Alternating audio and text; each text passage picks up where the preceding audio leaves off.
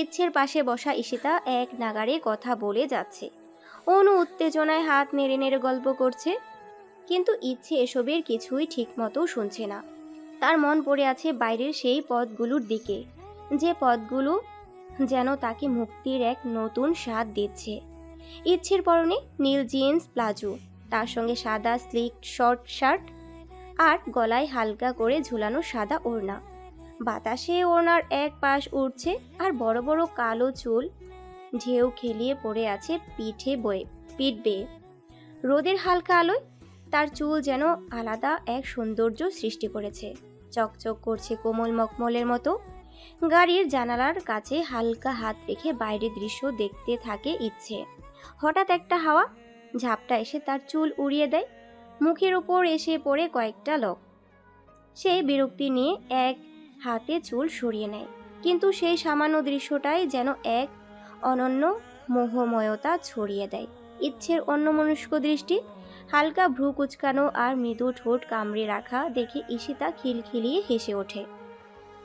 কি রে, এত বাবুক কেন লাগছে তোকে? ইচ্ছে একটু চমকে তাকায় ঈশিতার দিকে, তারপর মুচকি হাসে, যেন নিজেও জানে না আজ কেন এতটা শান্ত, এতটা মুক্ত লাগছে। হয়তো এই ভ্রমণই তার মনে কিছুটা অজানা অনুভূতির দুয়ার খুলে দিয়েছে। ইচ্ছের গলায় ঝুলছে ছোট্ট একটি স্বর্ণের লাভ ডিজাইনের লকেট। সূক্ষ্ম নকশায় খোদাই করা লকেটটি একদম সাধারণ হলেও তার গলায় এটি যেন এক আলাদা সৌন্দর্য ছড়িয়ে দিয়েছে। ছোটবেলায় কেউ এটি দিয়েছিল, কিন্তু কে দিয়েছে তা সে জানে না। পরিবারের কয়েকবার জানতে চেয়েছিল, কিন্তু সবাই রহস্যময়ভাবে এড়িয়ে গেছে। তার আজকের সাজের সঙ্গে লকেটটি বেশ মানিয়ে গেছে। সাদা স্লিক শার্ট, নীল জিন্স প্লাজো, গলায় এলোমেলোভাবে ওড়না, সাদা ওড়না, সব কিছুর মাঝেও লকেটটির উজ্জ্বলতা যেন চোখে পড়ার মতো। বাতাসে ওড়নার খেলা, রোদের মৃদু আলোয় সোনালি লকেটের ঝলক, আর তার বড় বড় ঢেউ খেলানো কালো চুল, সব মিলে এক মোহনীয় দৃশ্য সৃষ্টি করেছে। জানালার কাছে হাত রেখে বাইরের দৃশ্য দেখছিল ইচ্ছে। হঠাৎ আঙ্গুলের ডগায় এসে ঠেকল লকেটটি। সে অস্পষ্টভাবে সেটি ছুঁয়ে দেখে, মৃদু হাসে। কেমন অদ্ভুত একটা টান অনুভব হয় তার। মনে হয় এই ছোট্ট লকেটের ভেতরেই লুকিয়ে আছে কোনো এক অজানা গল্প, যার উত্তর সে কোনোদিন খুঁজে পাবে কি না জানে না। হজরত শাহজালাল আন্তর্জাতিক বিমানবন্দরে এসে পৌঁছায় তারা মাত্র 40 মিনিটের ব্যবধানে। গাড়ি থেকে নামার পর একে একে লাগেজ সংগ্রহ করে তারা ভিতরে প্রবেশ করে। Security check, boarding pass, immigration সব আনুষ্ঠানিকতা ধাপে ধাপে শেষ হয়। যদিও কেউ কেউ এক্সাইটেড, কেউ বা ক্লান্ত, তবুও ভ্রমণের আনন্দে কারো মুখে ক্লান্তির ছাপ নেই। অর্ণব ও তাহসিন একসঙ্গে হাঁটছে, ঈশিতা আর অনু নিজেদের মধ্যে হাসি ঠাট্টায় মেতে আছে। অন্যদিকে ইচ্ছে একটু চুপচাপ, জানালার পাশ থেকে রানওয়েতে দাঁড়িয়ে থাকা বিশাল প্লেনগুলোর দিকে তাকিয়ে আছে। দুশোর একটু পেছনে মোবাইলে কিছু দেখছে, আর মীরা কিছুটা অস্বস্তি নিয়ে ধূসরের আশেপাশে থাকার চেষ্টা করছে। তূর্ণ ও তৃণ নিজেদের মধ্যে ঠাট্টা মশকরা করেই সময় কাটাচ্ছে। অবশেষে কিছুক্ষণ পর কেবিনের ক্রুদের ঘোষণা শোনা যায়, বিমান উঠতে প্রস্তুত। সবার সিট বেল্ট বাঁধার অনুরোধ করা হয়। একজন এক এক অনুভূতি নিয়ে বসে আছে, তবে সবার মনেই একটা চিন্তা, একটা নতুন যাত্রা শুরু হতে যাচ্ছে। টিকিট অনুযায়ী সবাই নিজের সিট খুঁজে বসে পড়ে। একে একে প্লেনের মধ্যে ঢুকে সবাই নিজেদের জায়গা মতো বসে গেলেও ইচ্ছে একটু ধীর গতিতে এগোচ্ছে। তার চোখ ঠিকল নিজের সিটের নম্বরে। কিন্তু মজার ব্যাপার হলো ধূসরের সিটও তার পাশেই, এবং আশেপাশে আর কেউ নেই। সবার থেকে একটু আলাদা জায়গায় পড়েছে ওদের আসন। ইচ্ছে কিছুক্ষণ চুপ করে দাঁড়িয়ে থাকে, যেন বিশ্বাস করতে পারছে না এইটা কি কাকতালীয় ব্যাপার। ধূসর ইতিমধ্যে তার সিটে বসে আছে, গা এলিয়ে জানালার বাইরে তাকিয়ে আছে। ইচ্ছেকে দাঁড়িয়ে থাকতে দেখে ধূসর এক পাশ থেকে চোখ তুলে তাকায়, কিন্তু কিছু না বলে আবার চোখ ফিরিয়ে নেয়। ঈশিতা আর অনু একটু দূরে বসেছে, তারা নিজেদের মধ্যে হাসি ঠাট্টা করছে। অর্ণব আর তাহসিন পাশাপাশি। মীরা কিছুটা অস্বস্তি নিয়ে ধূসরের দিকে তাকিয়ে আছে দূর থেকে, আর তূর্ণ তৃণ নিজেদের মধ্যে গল্পে ব্যস্ত। ইচ্ছে এতক্ষণ দাঁড়িয়ে থাকলেও বসার জন্য এক পাও বাড়ায় না। তার নার্ভাস লাগছে। একদিকে ধূসরকে নিয়ে অদ্ভুত একটা অস্বস্তি কাজ করছে, অন্যদিকে এত কাছাকাছি বসতে হবে সেটা ভাবলেই তার বুক ধুকপুক করতে থাকে। সে বুঝতে পারছে না ধূসরের এত গম্ভীর উপস্থিতি কেন যেন তাকে অস্থির করে তুলছে। প্লেন ছাড়ার সময় হয়ে আসছে। ক্রুরা এসে বারবার যাত্রীদের সিট বেল্ট বাঁধতে বলছে, কিন্তু ইচ্ছে তখনও দাঁড়িয়ে। ধূসর এবার বিরক্তি হয়ে বলে উঠল, আর কতক্ষণ দাঁড়িয়ে থাকবে? সিটে বসো। ধূসরের গলা স্বর কিছুটা রুক্ষ, কঠোর আদেশের মতো। ইচ্ছে ধপ করে বসে পড়ে উন্ডু সিটে। যেন ধূসরের ধমকের চোটে সে আর ভাববারও সময় পেল না। হাত দিয়ে ওনাটা শক্ত করে চেপে ধরে, যেন নিজেকে সান্ত্বনা দিচ্ছে। ধূসর ইচ্ছের পাশেই বসেছে, একদম নির্লিপ্ত ভঙ্গিতে। সিট বেল্ট বাঁধছে। ইচ্ছে নিজের হাত কাঁপতে কাঁপতে সিট বেল্ট বাঁধার চেষ্টা করতে গিয়ে একটু হিমশিম খায়। ধূসর সেটা খেয়াল করলেও কিছু বলে না, শুধু একপাশ থেকে চোখ তুলে তাকিয়ে দেখে, তারপর মুখ ঘুরিয়ে নেয়। প্লেন টেক অফ করতে শুরু করলে ইচ্ছে চোখ বন্ধ করে ফেলে। তার হৃদস্পন্দন বেড়ে যায়। এটা তার প্রথম প্লেন যাত্রা নয়, কিন্তু আজকে যেন অন্যরকম একটা উত্তেজনা কাজ করছে। জানালার বাইরে তাকানোর সাহসও পাচ্ছে না সে। ধূসর তার পাশ থেকে লক্ষ্য করছিল। ইচ্ছে যে নার্ভাস সেটা বোঝাই যাচ্ছে। ধূসর একটু ঝুঁকে বলে, এই ভয় লাগছে নাকি? ইচ্ছে চমকে ওঠে, ধূসরের দিকে তাকায়, যেন সে বুঝতেই পারেনি ধূসর কথা বলবে। চোখ বড় বড় করে বলল, না, আমি ঠিক আছি। ধূসর ঠোঁটের কোণে একটুখানি হাসি দেয়, তবে সেটা যেন ঠোঁটের মাঝেই হারিয়ে যায়। ঠিক আছে, ভয় পেলে বলো। তারপর আবার জানালার বাইরে তাকায়, যেন কিচ্ছুই হয়নি। ইচ্ছে একবার ধূসরের দিকে তাকায়, তারপর মুখ ফিরিয়ে নেয়। এত কাছে ধূসরকে বসতে দেখে তার মনে হচ্ছে যেন তার শরীরের প্রতিটি স্নায়ু টান টান হয়ে আছে। প্লেন আকাশে উঠতে শুরু করে। জানালার বাইরে ধীরে ধীরে নিচের শহরটা ছোট হয়ে যেতে থাকে। আর ইচ্ছে অনুভব করে তার জীবনের একটা নতুন যাত্রা শুরু হতে যাচ্ছে, যা সে নিজেও ঠিক বুঝে উঠতে পারছে না। ইচ্ছে জানালার বাইরে তাকিয়ে প্রকৃতির পরিবর্তন লক্ষ্য করতে থাকে। আকাশে মেঘের ঘনতা আর সূর্যের আলো যেন এক অদ্ভুতভাবে মিশে যাচ্ছে। প্লেনের জানালা দিয়ে আকাশের অসীমতা দেখতে দেখতে তার মনে হয় যেন পৃথিবীটা একেবারে শান্ত হয়ে গেছে। তবে ছবির জন্য ফোনটা তার কাছে নেই, হারিয়ে গেছে কোথাও যেন।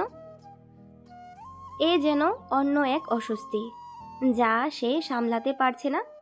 চোখে মুখে এক ধরনের হতাশা ফুটে ওঠে। পৃথিবীর এই অপরূপ সৌন্দর্য ক্যাপচার করা কত দরকারি ছিল। ধূসর পাশে বসেই কোনো এক ইংলিশ নোভেল বইয়ের পাতা উল্টাচ্ছে। চোখগুলো বইয়ের উপর নিবদ্ধ, যেন পুরোপুরি বইয়ের ভেতর ডুবে গেছে। সে একেবারেই ইচ্ছে বা অন্য কিছুর দিকে মনোযোগ দিচ্ছে না। ইচ্ছে তার দিকে একবার তাকায়। ধূসর যেন নিজেকে পুরোপুরি অন্য এক জগতে নিয়ে গেছে।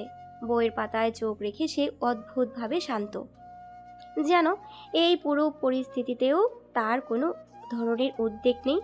ইচ্ছে মনে মনে একটু বিরক্ত হয়।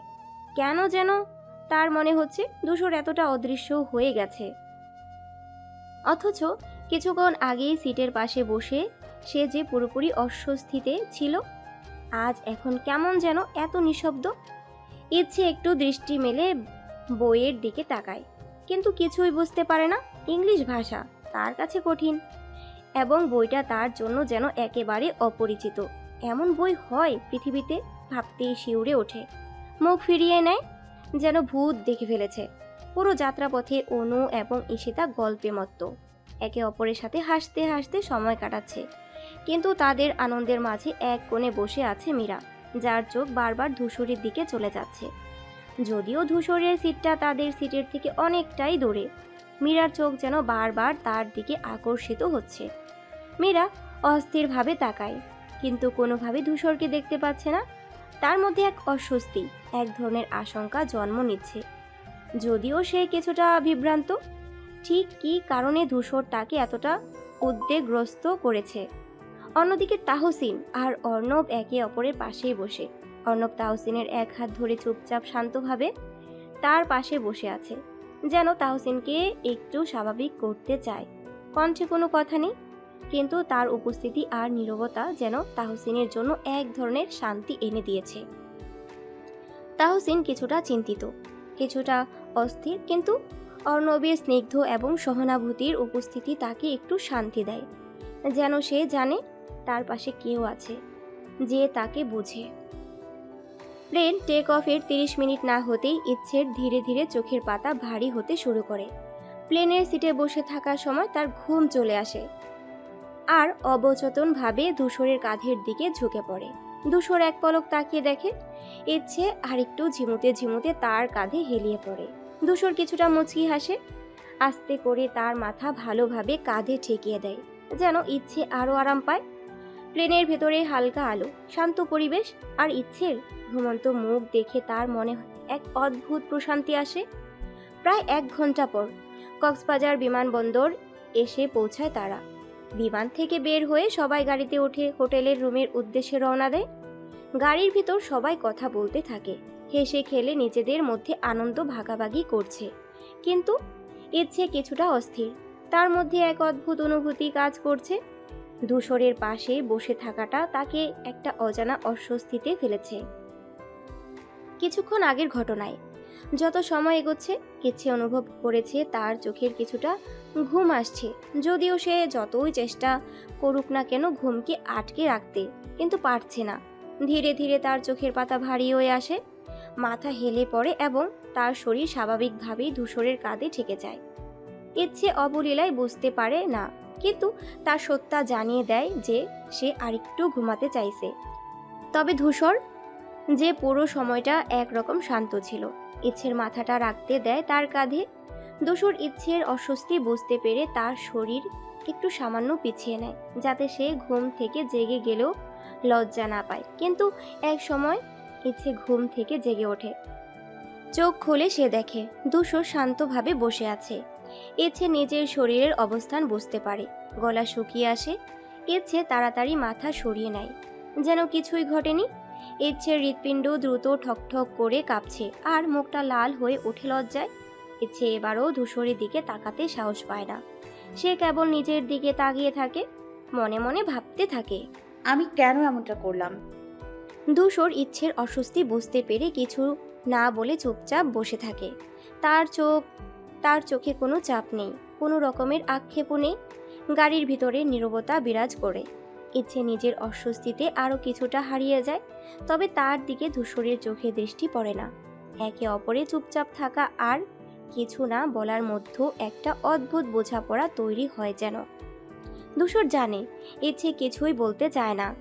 গাড়ি হোটেলের দিকে এগিয়ে চলে, কিন্তু ইচ্ছে আর ধূসর দুজনেই একে অপরের পাশে বসে থাকলেও তাদের মধ্যে কোনো কথা নেই, শুধু তীব্র অনুভূতি, কিছু অব্যক্ত কথা আর একে অপরকে বোঝার চেষ্টার মাঝে রয়ে যায়। বিকেলের সূর্য যখন হেলে পড়ে তখন কক্সবাজারের সমুদ্র যেন সোনালি আলোয় ঝলমল করতে থাকে।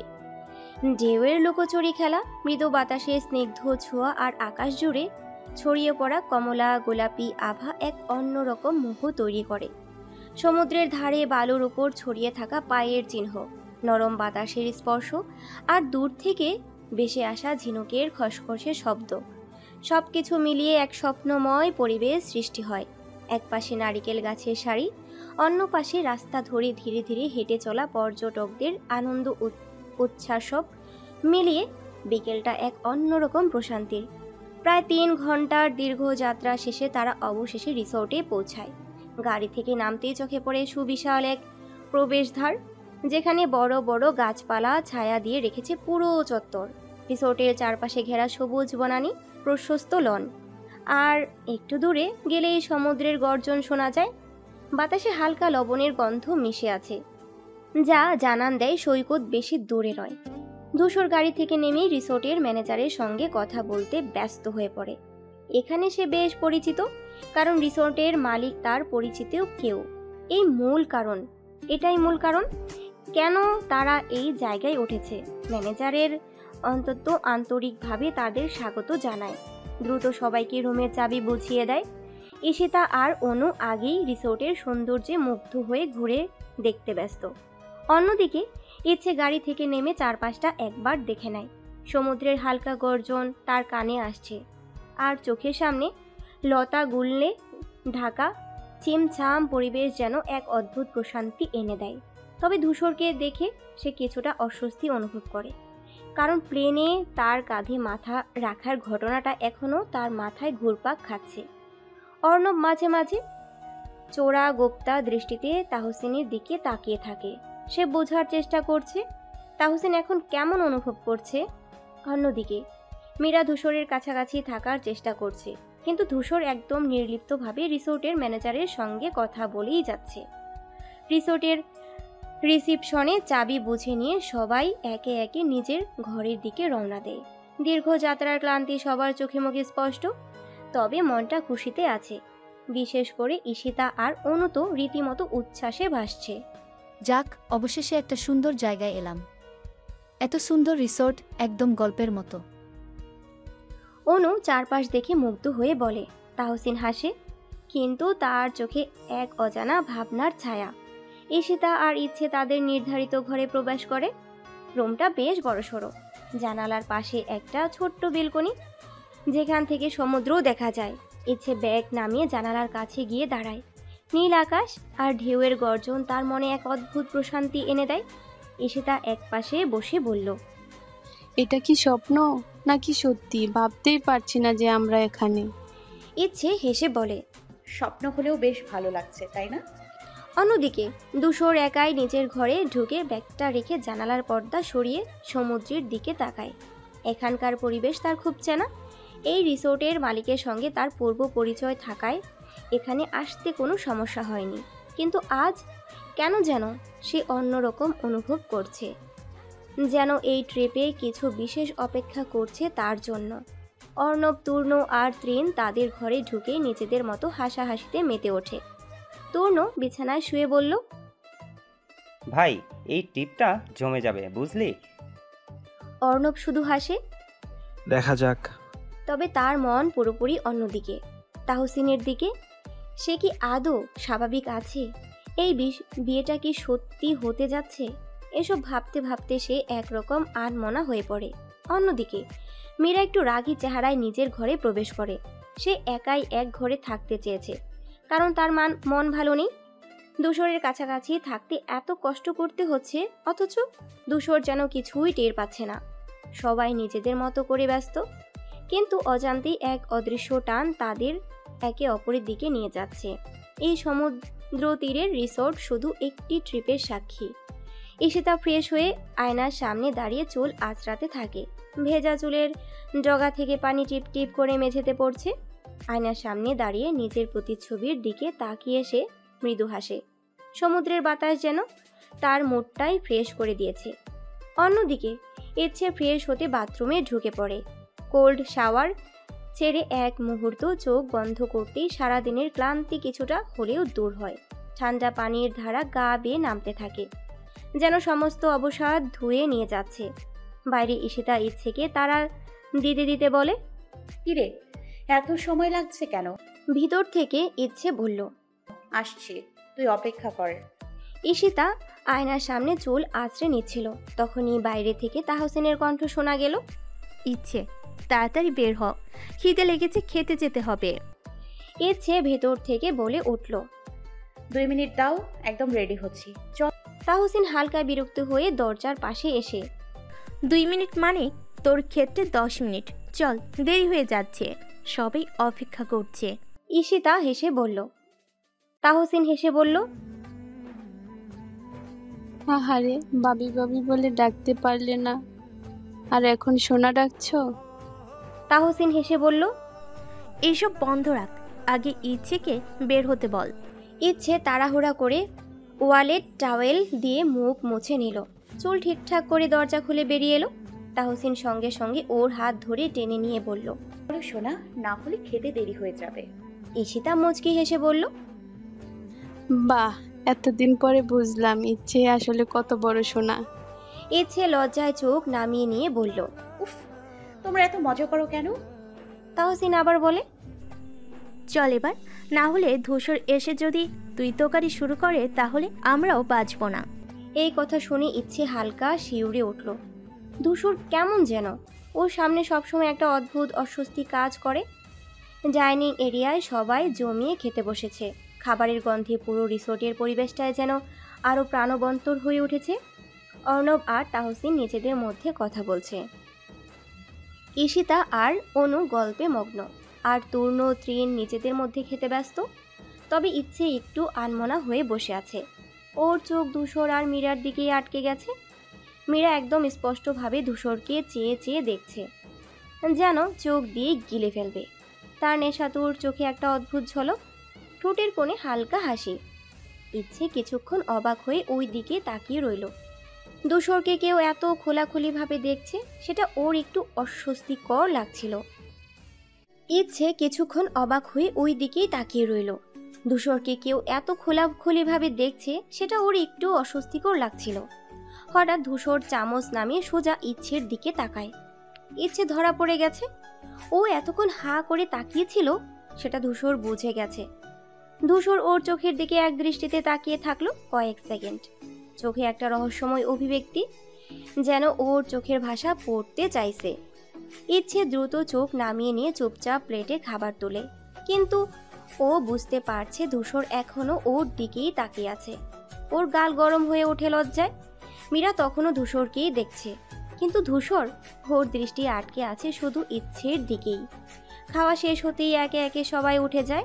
সারাদিনের ভ্রমণে সবাই বেশ ক্লান্ত, তাই সিদ্ধান্ত হয় যে কিছুক্ষণ বিশ্রাম নেওয়ার হবে, তারপর সন্ধ্যায় বের হওয়া হবে সমুদ্রের পাড়ে ঘুরতে।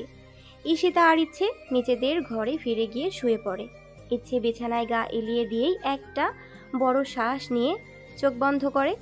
চোখের সামনে ভেসে ওঠে ডাইনিং টেবিলে সেই মুহূর্ত, ধূসরের চোখে দৃষ্টি, মীরার তাকানো, আর নিজের হঠাৎ ধরা পড়ে যাওয়া। আফটারনুনে এত কিছু হয়ে গেল, সন্ধ্যাটা কেমন যাবে কে জানে।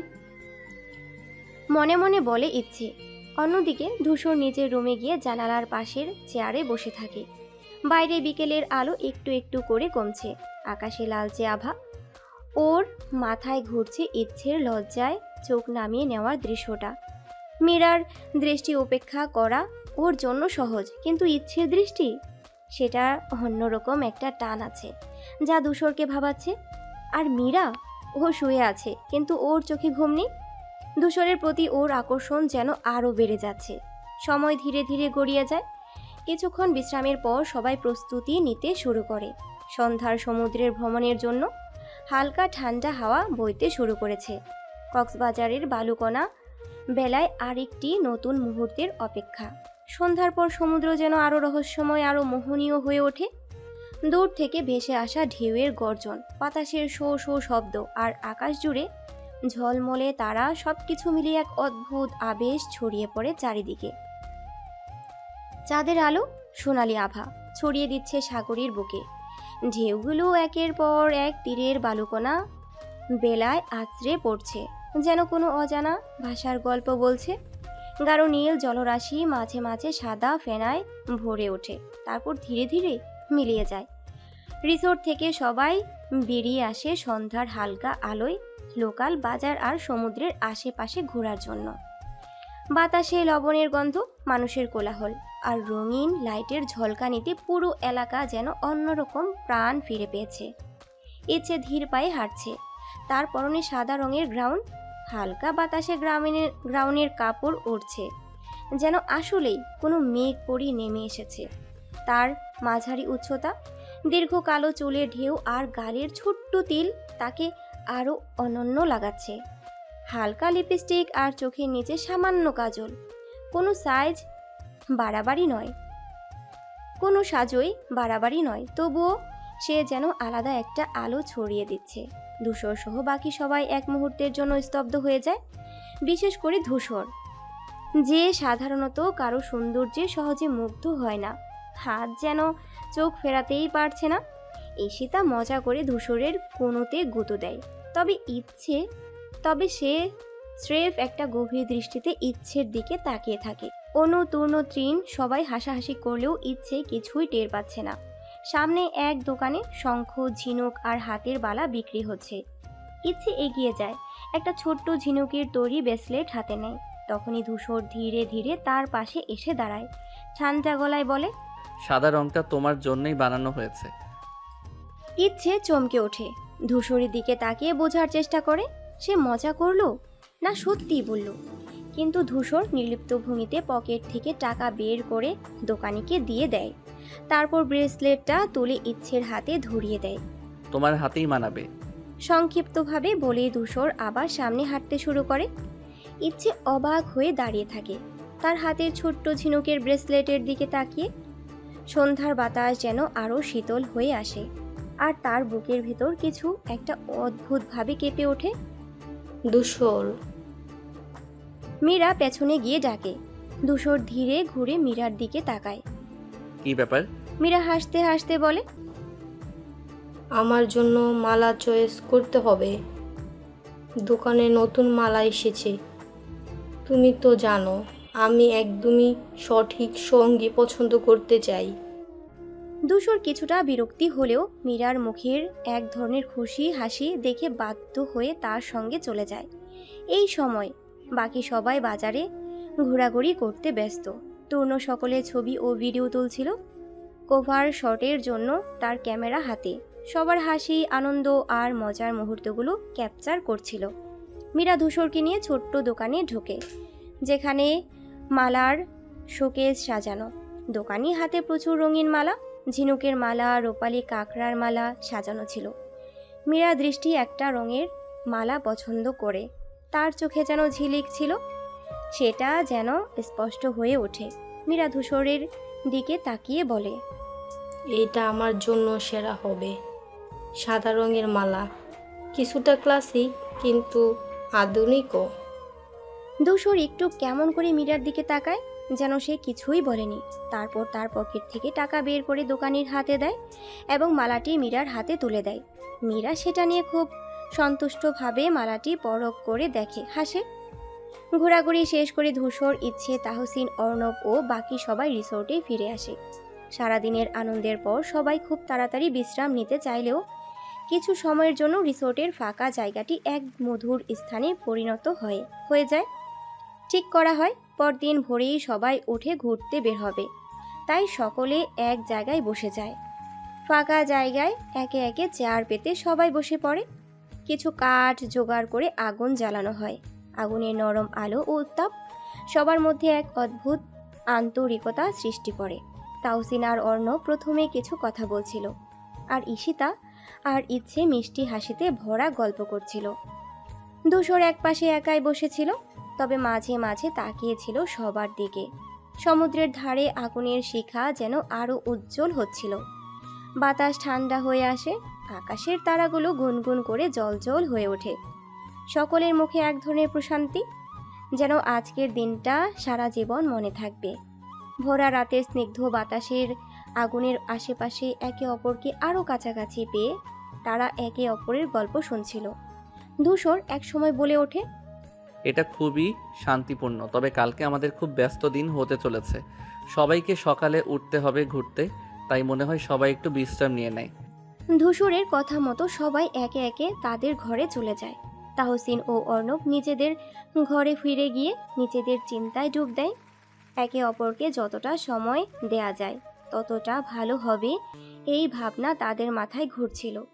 তূর্ণ ও তৃণ তাদের ঘরে ঢুকে গিয়ে কিছুক্ষণ পরই ঘুমিয়ে পড়ে। সবাই ঘুমিয়ে পড়ে, কিন্তু রাতের নীরবতায় সবার মধ্যে একটা অদ্ভুত শান্তি আনে। ভোরের ঠান্ডা বাতাস নিঃশব্দে বারান্দার কাচের দরজা ভেদ করে ঘরে প্রবেশ করে, সঙ্গে নিয়ে আসে সাগরে লবণ মিশ্রিত এক ধরনের স্নিগ্ধ শীতলতা। হালকা পর্দাগুলো বাতাসের দোলায় মৃদু উঠতে থাকে, যেন কোনো অদৃশ্য সুরে ধীরে ধীরে দুলছে। ইচ্ছে গুটি গুটি মেরে শুয়ে গভীর ঘুমে। হঠাৎই শীতল বাতাসের স্পর্শে একটু নড়ে ওঠে। ঠান্ডা লাগায় চোখ বন্ধ রেখে গায়ের চাদরটা আরও ভালো করে জড়িয়ে নেয়, যেন উষ্ণতার একমাত্র আশ্রয় সেটা।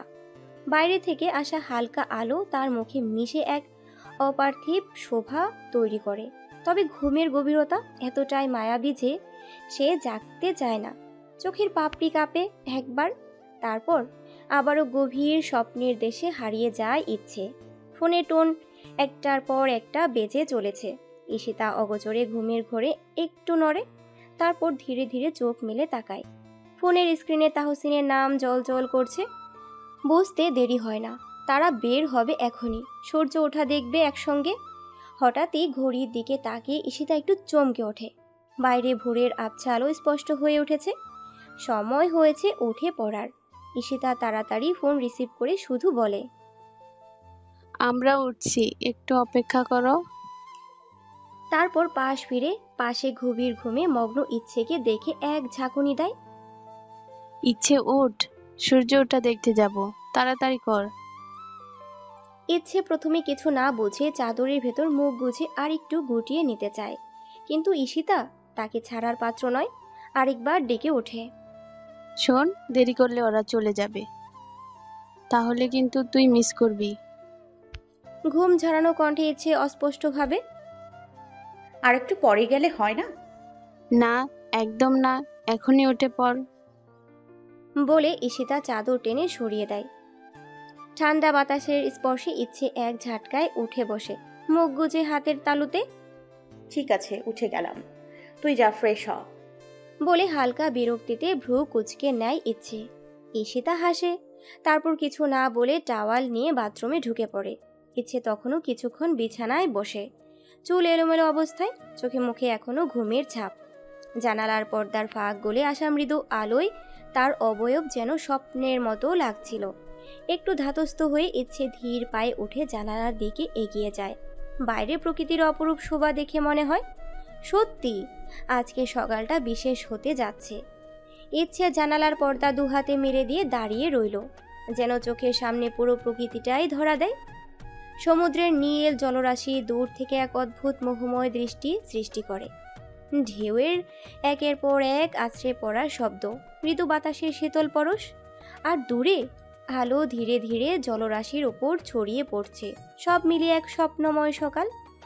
দুহাত গুটিয়ে জানালার ফ্রেমে ভর দিয়ে দাঁড়িয়ে রয় ইচ্ছে, যেন এই দৃশ্যটা মনের ভেতর আরও কিছুক্ষণ ধরে রাখতে চায়। ভোরের শীতলতা এখনো ঘরময় ছড়িয়ে আছে, কিন্তু বাইরে সূর্যের আলো গাঢ় হতে শুরু করেছে। সমুদ্রের ধারের নারিকেল গাছগুলো হালকা বাতাসে দুলছে, আর দূরে কিছু মানুষ ইতিমধ্যে বিচের রাস্তায় হাঁটতে শুরু করেছে। এই মনোমুগ্ধকর দৃশ্যের মাঝে ইচ্ছে এতটাই ডুবেছিল যে ঈশিতা কখন রেডি হয়ে তার পাশে এসে দাঁড়িয়েছে সে খেয়ালই করেনি। ঈশিতা এক ঝাটকায় ইচ্ছের কাঁধে আলতো চাপ দিয়ে বলে, তুই কি সারা সকাল এখানেই দাঁড়িয়ে থাকবি নাকি তৈরি হবি? ইচ্ছে চমকে ওঠে, ঈশিতার দিকে তাকায়, তারপর ধীরে ধীরে বলে, এই সকালটা এত সুন্দর, মনে হয় না কোথাও যাওয়ার দরকার আছে, এখানেই দাঁড়িয়ে থাকি, কেমন? ঈশিতা হালকা হাসে, তারপর আয়নার সামনে দাঁড়িয়ে নিজের শেষ মুহূর্তের প্রস্তুতি সারতে লাগে। চুল ঠিক করা, কানের দুল পরা, হালকা পারফিউম দেওয়া, সব কিছু করে সে একদম রেডি হয়ে নিল। তারপর দরজার কাছে গিয়ে এক মুহূর্ত দাঁড়িয়ে ইচ্ছের দিকে ফিরে, আমি তাহসিন আপুর ঘরে যাচ্ছি, ওরা নিশ্চয়ই তৈরি হয়ে গেছে। তুইও ফ্রেশ হয়ে আয় বাবু, প্লিজ দেরি করিস না। এই বলে ঈশিতা দরজা খুলে বাইরে বেরিয়ে পড়ে। আর ইচ্ছে জানালার বাইরে তাকিয়ে রইল কিছুক্ষণ। মনে হলো সমুদ্রের ঢেউগুলো যেন তাকে ডাকছে। মীরা পুরোপুরি ওয়েস্টার্ন পোশাকে সেজে একদম গ্ল্যামার্স লুকে দাঁড়িয়ে আছে। তার গাঢ় লাল রঙের টপস আর ফিটিং জিন্স তাকে আরও আকর্ষণীয় করে তুলেছে। তবে তার চোখে সেই চিরচেনা অহংকারের ঝলক স্পষ্ট। আয়নার সামনে দাঁড়িয়ে চুল ঠিক করছে, আর আশেপাশে বসে অনু হাসি ঠাট্টায় ব্যস্ত। এমন সময় হুট করে দরজা খুলে ঈশিতা ভেতরে ঢুকে। তার পরনে সফট পিচ রঙের ফ্লোরাল ড্রেস, চুল খোলা আর একপাশে স্লিং ব্যাগ। মেকআপ খুব হালকা, কিন্তু তার স্বাভাবিক সৌন্দর্য যেন আরও বেশি উজ্জ্বল হয়ে উঠেছে। ঘরে ঢুকতেই মীরার চোখে এক ঝলক অসন্তুষ্টি খেলে যায়, যদিও সে সেটা লুকিয়ে রেখে অনুর সঙ্গে গল্প চালিয়ে যায়। ঈশিতাকে দেখে তাহসিন ধপ করে উঠে দাঁড়ায়, যেন তার অপেক্ষাতেই ছিল। তাহসিনের চোখে এক অন্যরকম প্রশংসার ছাপ, কিন্তু মুখে কিছু না বলে সে একটু দূরে গিয়ে দাঁড়ায়, যেন ওদের বের হওয়ার তাড়া দিচ্ছে। চলো সবাই লনে চল, তাহসিন এক পর্যায়ে। একে একে সবাই উঠে দাঁড়ালো। মীরা একটা হাত কোমরে দিয়ে আয়নার নিজেকে শেষবারের মতো দেখে নিল, তারপর মোবাইল হাতে নিয়ে অনুর সঙ্গে গল্প করতে করতে বেরিয়ে গেল। ঈশিতা একটু ইতস্তত করে তাহসিনের পাশে এসে দাঁড়ায়। এরই মধ্যে লনের দিক থেকে ছেলেদের কণ্ঠ ভেসে আসে। ওরা আগেই বেরিয়ে গেছে, এখন অপেক্ষা করছে বাকিদের জন্য। একে একে সবাই বেরিয়ে গেলে ঈশিতা একটু অপ্রস্তুতভাবেই বলে ওঠে, তাহসিন আপু, ইচ্ছে তো এখনো রেডি হয়নি, ওকে ছাড়া কিভাবে যাব? তাহসিন ঈশিতার দিকে তাকিয়ে কিছু বলতে যাবে, ঠিক তখনই মীরা যেন মোক্ষম সুযোগটাই কাজে লাগিয়ে দ্রুত বলে ওঠে, তোমরা বাহিরে যাও, আমি ডেকে আনছি ইচ্ছেকে। ঈশিতা একটু দ্বিধায় পড়ে গেল। ইচ্ছেকে ছেড়ে যেতে চাইছিল না, কিন্তু মীরার আত্মবিশ্বাসী কণ্ঠে আর তাহসিনের চুপচাপ থাকায় কিছু বলতে পারল না। অনুও মীরার কথায় সায় দিল। তাহসিন ঈশিতার কাঁধে হাত রাখলো। ঠিক আছে, চলো, মীরা ওকে নিয়ে আসবে। ঈশিতা একটু অনিচ্ছা সত্ত্বেও বেরিয়ে যায় বাকিদের সঙ্গে। মীরা একটা কৌশলী হাসি দেয়, তারপর ধীর পায়ে ইচ্ছের রুমের দিকে এগিয়ে যায়। মীরার চোখে এক ধরনের পরিকল্পনার ঝলক ছিল, যেন সে কিছু একটা করতে যাচ্ছে। কিছুক্ষণ সবাই লনের পাশে দাঁড়িয়ে অপেক্ষা করে। হালকা শীতল বাতাস বইছে, সমুদ্রের ঢেউয়ের শব্দ যেন আরও স্পষ্ট শোনা যাচ্ছে। ঈশিতা বারবার পেছন ফিরে তাকাচ্ছে, কিন্তু ইচ্ছে আসছে না। এতক্ষণ ধরে কি করছে ও? ঈশিতা উদ্বিগ্ন স্বরে বলে। তাহসিন একটা দীর্ঘ শ্বাস ফেলল। আরে অপেক্ষা করা যাবে না, সূর্য উঠতে আর বেশি দেরি নেই। দেখো, আকাশের রং বদলাচ্ছে, পুরো লালিমা ছড়িয়ে পড়েছে। চারপাশের অন্ধকার ফিকে হয়ে আসছে, পূর্ব দিগন্ত লাল আভা ছড়িয়ে দিয়েছে। সূর্য উঠতে আর বেশি দেরি নেই। ঈশিতা কিছুটা অস্বস্তি হয়ে বারবার ঘড়ির দিকে তাকাচ্ছে। তাহসিন পাশে দাঁড়িয়ে তার কাঁধে হাত রাখলো। আর কতক্ষণ অপেক্ষা করবে? সূর্য তো উঠেই যাবে। মীরা একপাশে দাঁড়িয়ে থেকে মুখ বাঁকিয়ে বলে উঠল, আমি তো বারবার ডেকে এলাম, কিন্তু ইচ্ছে কেন এত দেরি করছে জানি না। তার ইচ্ছে হলে আসবে, আমাদের তো দেরি করা ঠিক হবে না। চলো এগিয়ে যাই। অর্ণব ও মীরার কথায় সঙ্গে সায় দিল। হ্যাঁ, সূর্য ওঠার দৃশ্য মিস করা যাবে না। ঈশিতা একটু ইতস্তত করলো। কিন্তু ইচ্ছে ছাড়া কেমন যেন লাগছে। ঠিক তখনই ধূসর ঠান্ডা গলায় বলে উঠল, তোমরা যাও, আমি ইচ্ছেকে ডেকে আনছি।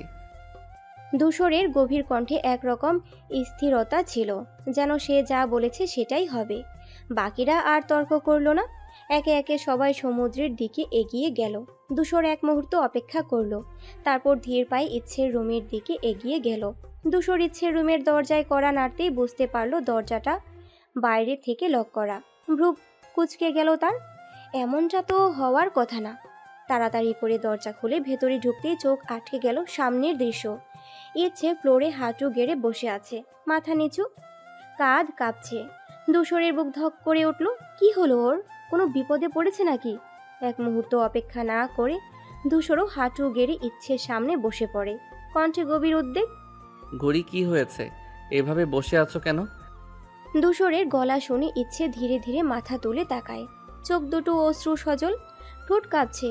মুহূর্তের জন্য ধূসরের শ্বাস আটকে আসে, যেন কেমন একটা অজানা ভয় গ্রাস করে ফেলে তাকে। পরের মুহূর্তে ইচ্ছে একদণ্ড দেরি না করে ধূসরকে শক্ত করে জড়িয়ে ধরে, ভাঙা গলায় ফিসফিস করে বলে। ধূসর ইচ্ছের নরম উষ্ণ শরীরের স্পর্শ অনুভব করে। বুকের ভিতর একটা অদ্ভুত অনুভূতি খেলা করে। সে ধীরে ধীরে এক হাত ইচ্ছের মাথায় রাখলো, অন্য হাত দিয়ে ইচ্ছেকে শক্ত করে আগলে নিল, গভীর কণ্ঠে। আমি কি কখনো তোমাকে ফেলে চলে যেতে পারি? লাবণী বীচের উজ্জ্বল সূর্যের আলো সোনালি বালির ওপর পড়ে ঝলমলে আবহাওয়া সৃষ্টি করেছে। চারপাশে পর্যটকদের ভিড়, কেউ কোলাহল করছে, কেউ বা সমুদ্রের ঢেউয়ের ছোঁয়ায় উপভোগ করছে। সমুদ্রের বুনো ঢেউ এসে একের পর এক বালিতে আছড়ে পড়ছে, আবার সরে যাচ্ছে গভীর জলের দিকে। বাকিরা আনন্দে মেতে উঠেছে। কেউ পায়ের নিচে বালি নিয়ে খেলা করছে, কেউ বা দল বেঁধে ছবি তুলছে, ভিডিও করছে। তাহসিন, অনু আর ঈশিতা সমুদ্রের কাছে গিয়ে পা ভিজিয়ে হাসাহাসিতে ব্যস্ত।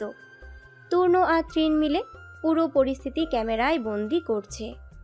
আর এক কোণে চুপচাপ বসে আছে ইচ্ছে। সাদা গ্রাউন্ডে আঁচল বাতাসে উঠছে, লম্বা চুল এলোমেলো হয়ে কপালে এসে পড়েছে, কিন্তু সে কিছুই করছে না, শুধু অপলক দৃষ্টিতে ঢেউয়ের খেলা দেখছে।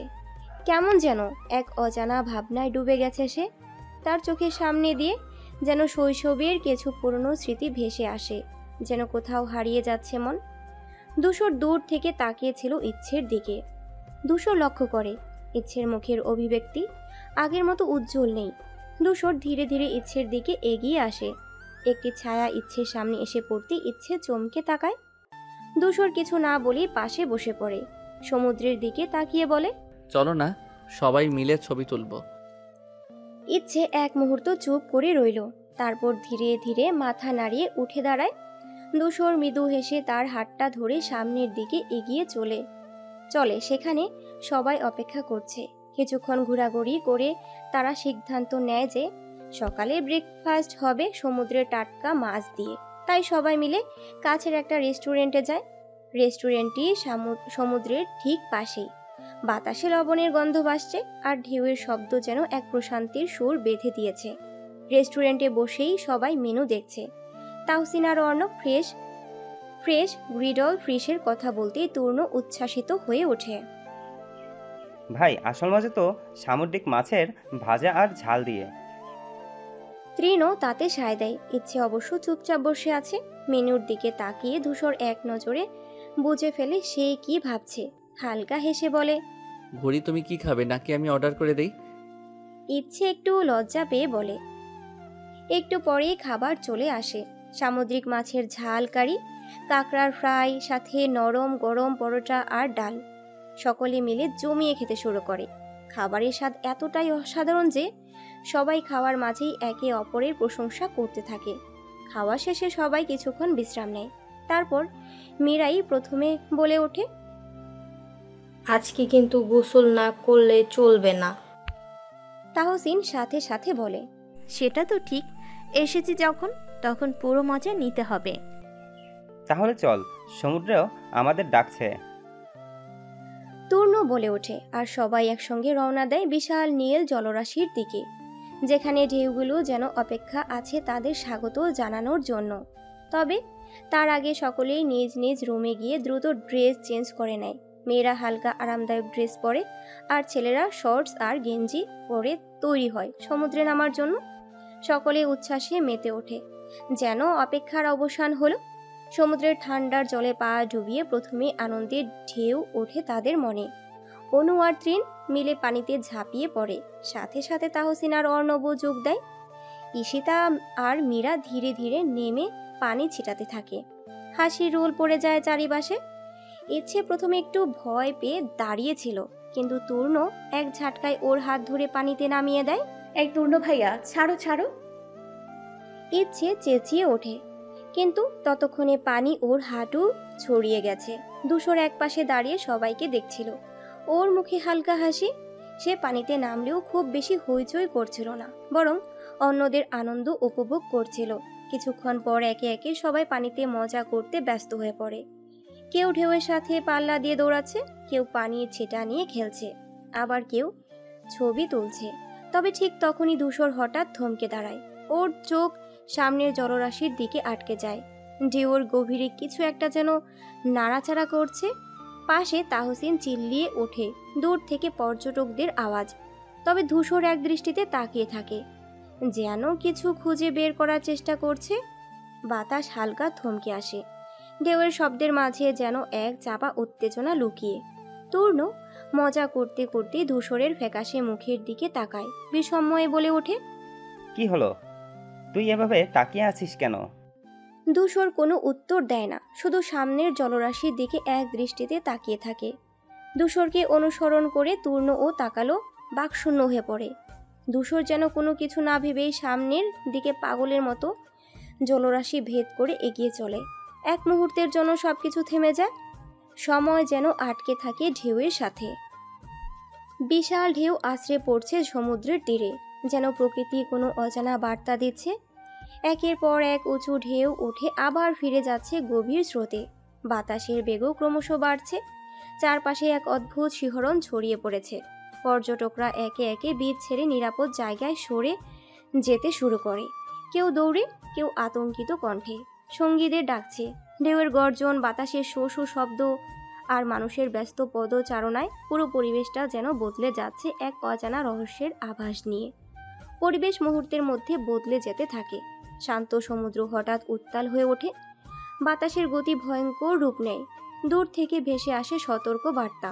সৈকতের রেড অ্যালার্ট জারি করা হয়েছে, যেন কিছু অঘটন ঘটতে চলেছে। পর্যটকদের মধ্যে চাঞ্চল্য ছড়িয়ে পড়ে। অনেকে দিশেহারা হয়ে এদিক ওদিক ছোটাছুটি শুরু করে। সমুদ্রের উত্তাল ঢেউগুলো যেন আরও তীব্র হয়ে উঠেছে। আকাশের রঙও বদলে গিয়ে এক অজানা আশঙ্কার ইঙ্গিত দিচ্ছে।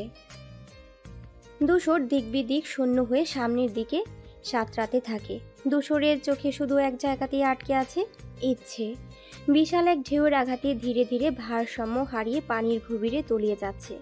ইচ্ছের অসহায় দৃষ্টি ধূসরের হৃদয়ে কাঁপন ধরায়।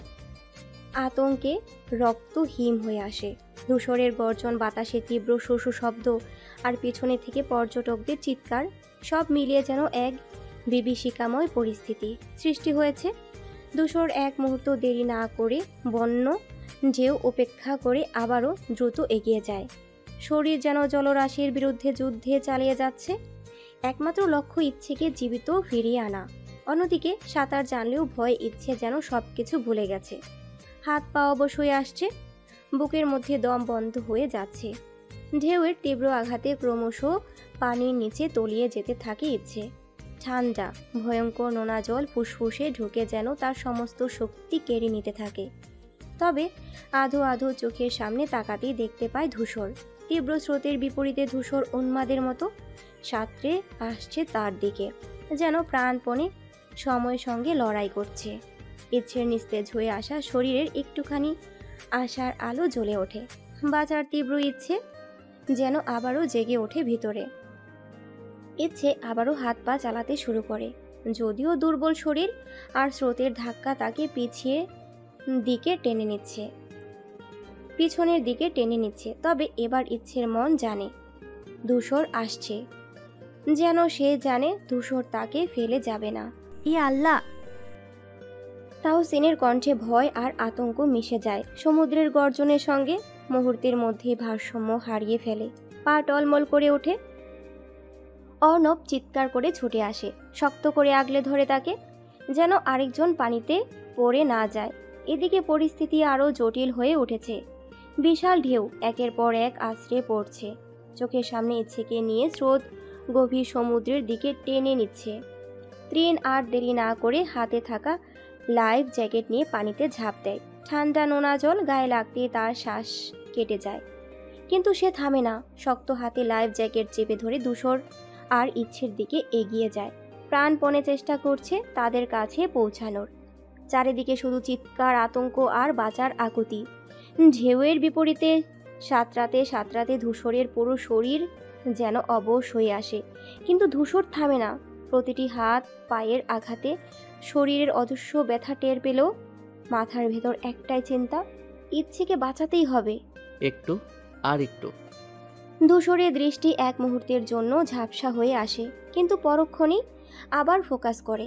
সামনে ইচ্ছে প্রায় তলিয়ে যাচ্ছে, শুধু লম্বা চুলের অংশটুকু পানির উপরে ভেসে আছে, দোল খাচ্ছে উত্তাল নোনতা স্রোতে।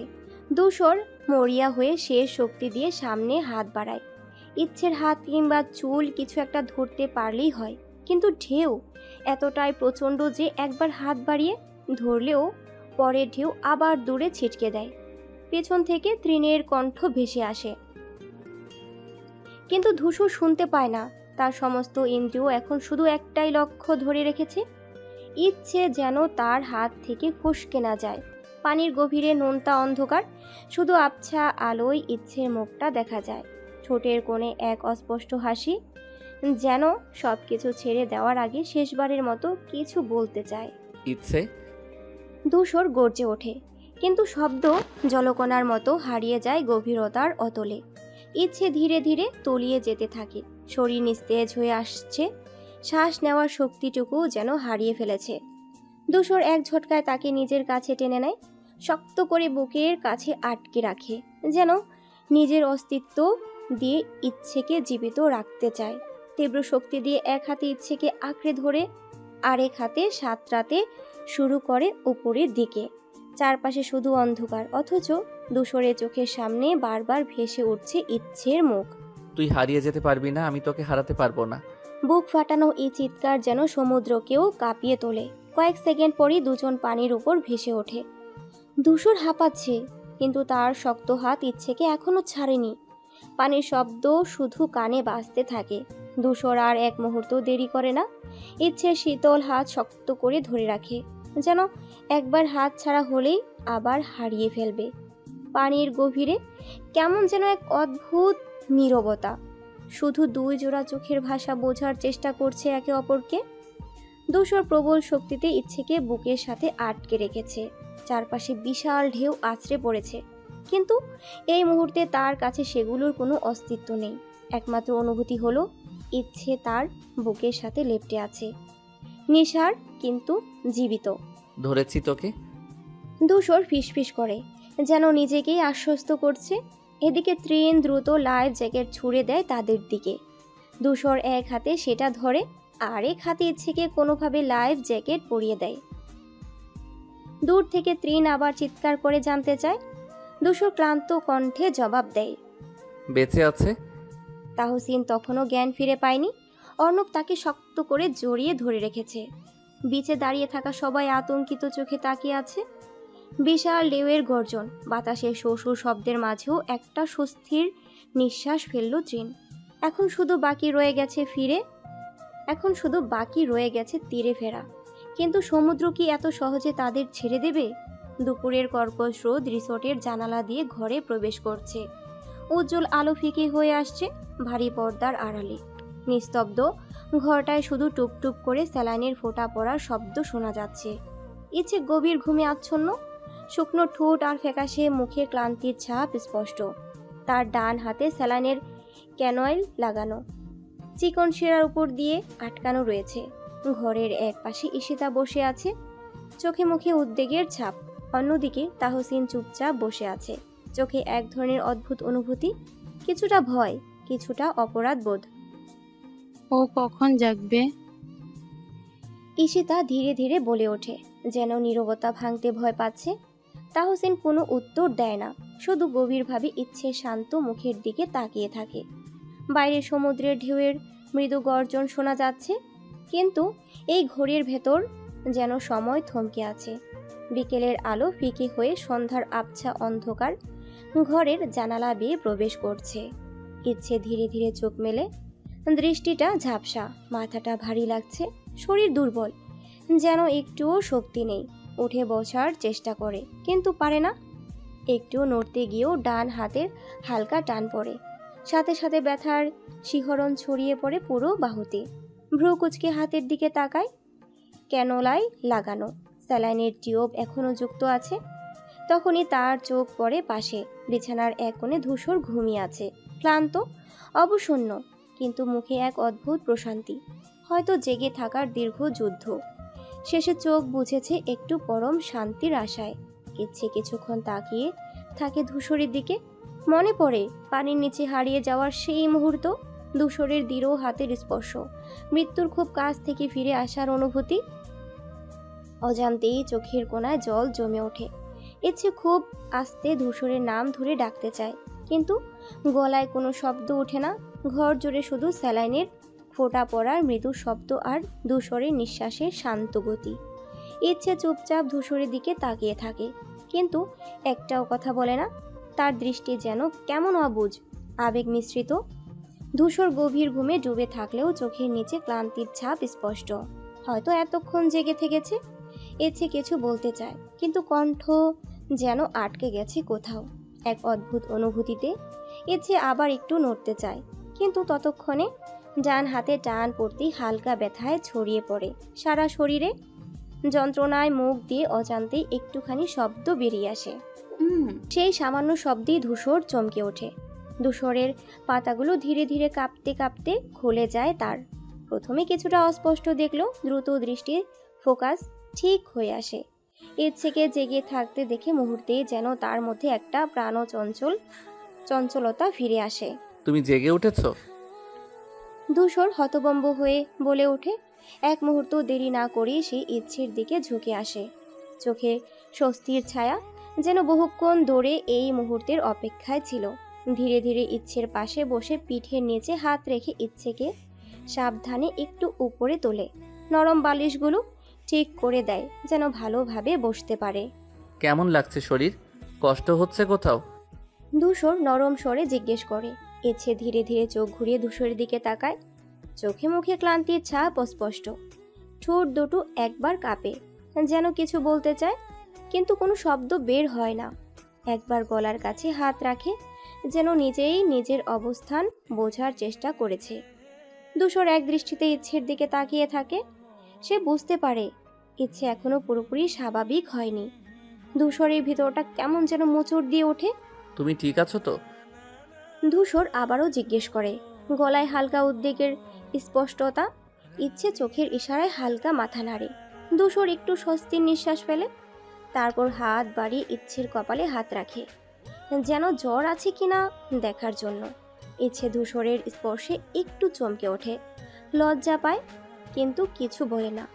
এই নীরবতার মাঝেই ধূসর অনুভব করে এই মেয়ে, এই একরোখা জেদি অদ্ভুত মেয়েটা তাকে ভয় পাইয়ে দিয়েছিল মৃত্যুর মতো কিছু একটা। ধূসর আরেকবার গভীরভাবে ইচ্ছের দিকে তাকায়, যেন বুঝতে চাইছে এই মুহূর্তটা স্বপ্ন না বাস্তব। চুপ কিছুক্ষণ পর ধূসর ইচ্ছেকে রেখে খাবার আনতে চলে যায়। তবে ধূসর খাবার আর ওষুধ হাতে রুমে ঢুকতেই পিছন পিছন অর্ণব, তৃণ, তূর্ণ, অনু, ঈশিতা, তাহসিন ও মীরা ভিড় করে আসে। কেমন আছো ইচ্ছে? অর্ণব কাছে এসে জানতে চায়। ভালো আছি। ইচ্ছে মৃদু হেসে বলে, গলার স্বর এখনো খানিক ক্লান্ত। তৃণ সামনে এসে বলে, সরি। ইচ্ছে নিচু গলায় বলে, আরে ধুর, সরি বলার কিছু নেই। তূর্ণ হাত নেড়ে বলে, শুধু একটু সাবধানে থাকবি প্লিজ। তাহসিন আর ঈশিতা ইচ্ছের পাশে বসে। ঈশিতা মাথায় হাত বুলিয়ে দেয়। ভালো লাগছে তো। ঘুরতে এসে কি হয়ে গেল বল? তখন যদি আমি তোকে না নিয়ে যেতাম তাহলে কিছুই হতো না এসব। তবে এত কিছুর মধ্যে শুধু দুটি মানুষ নীরব, মীরা আর অনু, চুপচাপ দুটি দরজার সামনে দাঁড়িয়ে। তবে সবার চোখের আড়ালে ধূসর রহস্যময় চোখে কারো দিকে তাকিয়ে থাকে। কেউ বুঝতে পারে না। সবাই আরো কিছুক্ষণ কথা বলে। এরপর ধূসর গম্ভীর গলায় বলে, ওকে এখন রেস্ট নিতে দাও, বেশি কথা বললে ক্লান্ত হয়ে যাবে। ধূসরের কথায় সবাই একে একে ডাইনিং এরিয়ায় চলে যায় খাওয়ার জন্য, কারণ দুপুর থেকে তারা কিছুই খায়নি। শুধু রয়ে যায় ঈশিতা আর ধূসর।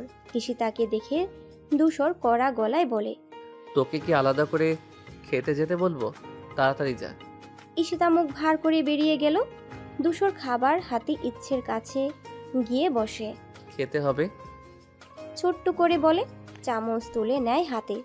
ইচ্ছে কিছু বলতে গিয়েও ধূসরের মুখ দেখে আর কিছু বলতে পারে না, চুপ। সন্ধ্যার নরম আলো ধীরে ধীরে চারপাশে ছড়িয়ে পড়েছে। আকাশের নীলে লালচে কমলা রং মিশে গিয়ে এক মোহময় আবহ তৈরি করেছে। সমুদ্রের ঢেউ যেন দিনের আলোকে বিদায় জানাতে জানিয়ে প্রতিটি তরঙ্গে এক নতুন ছন্দ নিয়ে আসছে। সমুদ্রের জল তখনও কিছুটা উষ্ণ, দিনের রোদের উত্তাপ এখনো তার গায়ে লেগে আছে। ঢেউগুলো একেবারে ধীর গতিতে তীরে আছড়ে পড়ছে, আবার কখনো জোরে উঠে এসে বালিয়াড়ি ভিজিয়ে দিচ্ছে। দূরে মাছ ধরা ট্রলারগুলো ছোট ছোট বিন্দুর মতো দেখা যায়। তাদের হালকা আলোগুলো ধীরে ধীরে উজ্জ্বল হতে শুরু করেছে। বাতাসে হালকা লবণের গন্ধ, তার সঙ্গে মিশে আছে রাতের আশার এক অদ্ভুত মাদকতা। বিচের ধারে বসে থাকা পর্যটকেরা আস্তে আস্তে ফিরে যাচ্ছে রিসোর্টে।